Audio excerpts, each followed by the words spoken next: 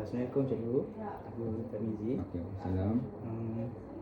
Saya nak temu cikgu sikit pasal Pelan Pembangunan Pendidikan Malaysia 2013 sampai 2025. Ya. Okey. Soalan pertama saya, bagaimanakah pelaksanaan PPM ni diterapkan dalam aspek hal ehwal murid di sekolah ni? Dalam hal murid. Halang. Okey, pihak sekolah akan tengok situasi sekolah tu berkaitan dengan situasi macam mana keadaan sekitar.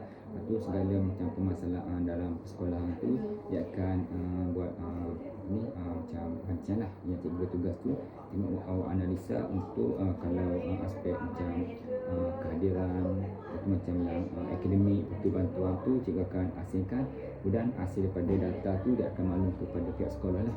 Dia macam yang mana ni kita nak tengok yang ni macam peningkatan kalau yang bantuan tu dari segi apa, kemudian untuk yang peningkatan kelas pun kita akan pantau belakang lah.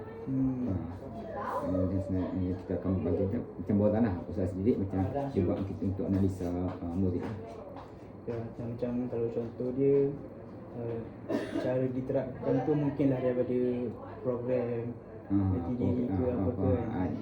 Yang tadi akan program pun berkaitan dengan HAM kita akan buat lah. Macam untuk macam ada ceramah tu berkaitan dengan program-program tu untuk meningkatkan kehadiran, lepas tu macam sosial disiplin ada. Okey, apakah pendekatan yang digunakan untuk memastikan nilai murni dan sosial murid diterapkan selaras dengan PPM?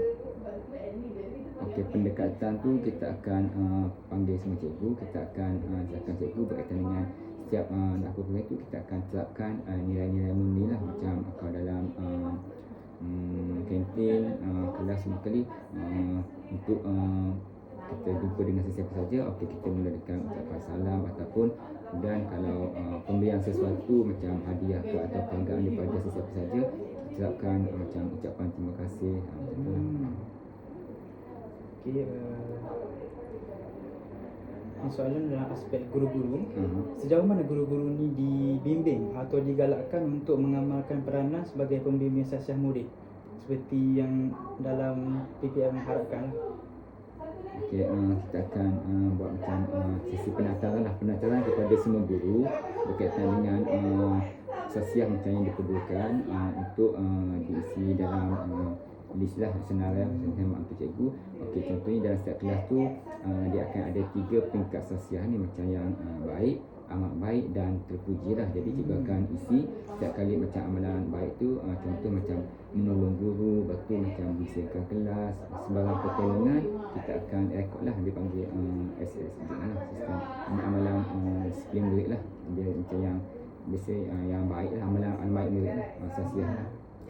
Setiap cikgu akan rekod lah, dia ada macam sistem rekod untuk semua cikgu nilai murid lah. Okey, bagi cikgu, apakah kesan yang dapat dilihat hasil daripada pelaksanaan PPM ni dalam pengurusan hal ehwal murid? Okey, kesan tu macam kalau yang tadi saya kata kalau yang sasiah tu kita rekod ikut bulanan. Katalah kalau yang pertama tu contohnya katakan murid A ni macam amalan baik dia 2.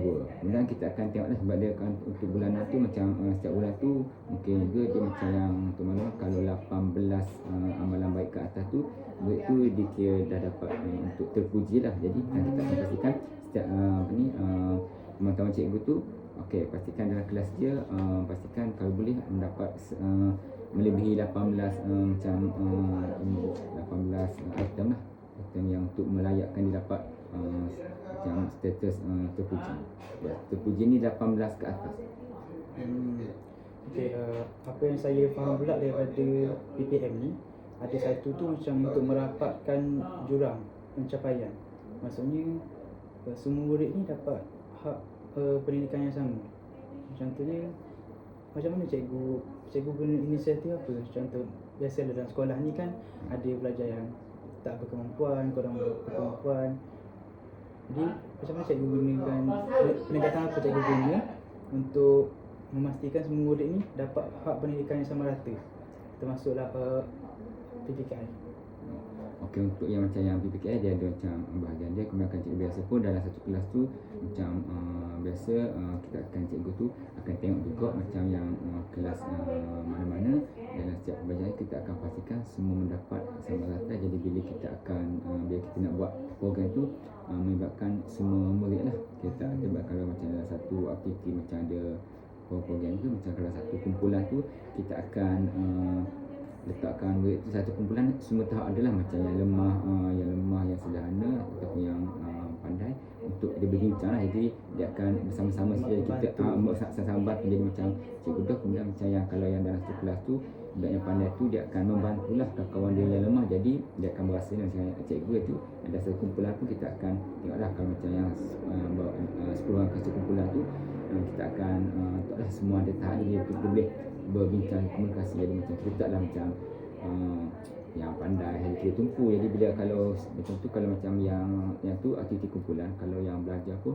kita akan sediakan latihan yang pelbagai lah, yang pelbagai untuk tahap murid lah. Kalau yang kategori pandai atau yang sederhana ataupun yang lemah mengikut tahap murid macam masing-masing lah, untuk pastikan murid tu dapat hak untuk yang sepatutnya lah yang dia dapat. Okey, adakah pihak sekolah bekerjasama dengan pihak luar seperti PDRM, AADK untuk memberi atau dalam melaksanakan agenda terutamanya dalam aspek keselamatan murid? Okey, biasa macam setiap sekolah dia ada masing-masing NGO luar, tak kira sama ada macam Akibat Kesihatan, PDRM, AADK, dia akan panggil untuk program tu. Contohnya kalau di bawah ni macam yang kesihatan tu ceramah kesihatan, kalau yang ada macam yang semua rokok bahaya tu penyalahgunaan bahan-bahan terlarang. Kemudian kalau yang PDRM ni macam salah laku lah, macam melibatkan salah laku baik disiplin bersama kita akan buatlah. Kemudian kalau yang melibatkan AADK ni sama juga, sebab dia macam berkaitan kat sekolah pun dia ada macam yang AADK, sebab kita panggil untuk di bawah macam kepimpinan disiplin kita akan selitlah situ. Selit macam sebab setiap sekolah pun dia ada PPS PDM untuk sebagai perantaraan lah. Kalau apa-apa program kita akan jemput dia, kemudian kita boleh rancang program lah. Okey, bagi cikgu dulu kan, bagi pendapat cikgu, apakah isu yang sering muncul ataupun menjadi cabaran dalam cikgu melaksanakan PPM di sekolah? Macam antaranya macam kekurangan infrastruktur ke, masalah kekurangan fahaman dalam dasar ni ke? Sebab untuk macam mana-mana pun dia ada, jadi macam saya pun pihak pentadbiran dia akan panggil semua pentadbir berbincang dan untuk mencari berbincang dan untuk menyelesaikan salah satu masalah lah untuk ni. Pada pendapat cikgu, apakah cadangan penambahbaikan yang cikgu boleh bagi untuk memastikan pelaksanaan dasar ni berjalan lancar di sekolah? Jadi untuk macam melaksanakan macam pihak sekolah akan buat pendaftaran, dan jadi kita info tu kita akan maklumkan semua warga sekolah ni.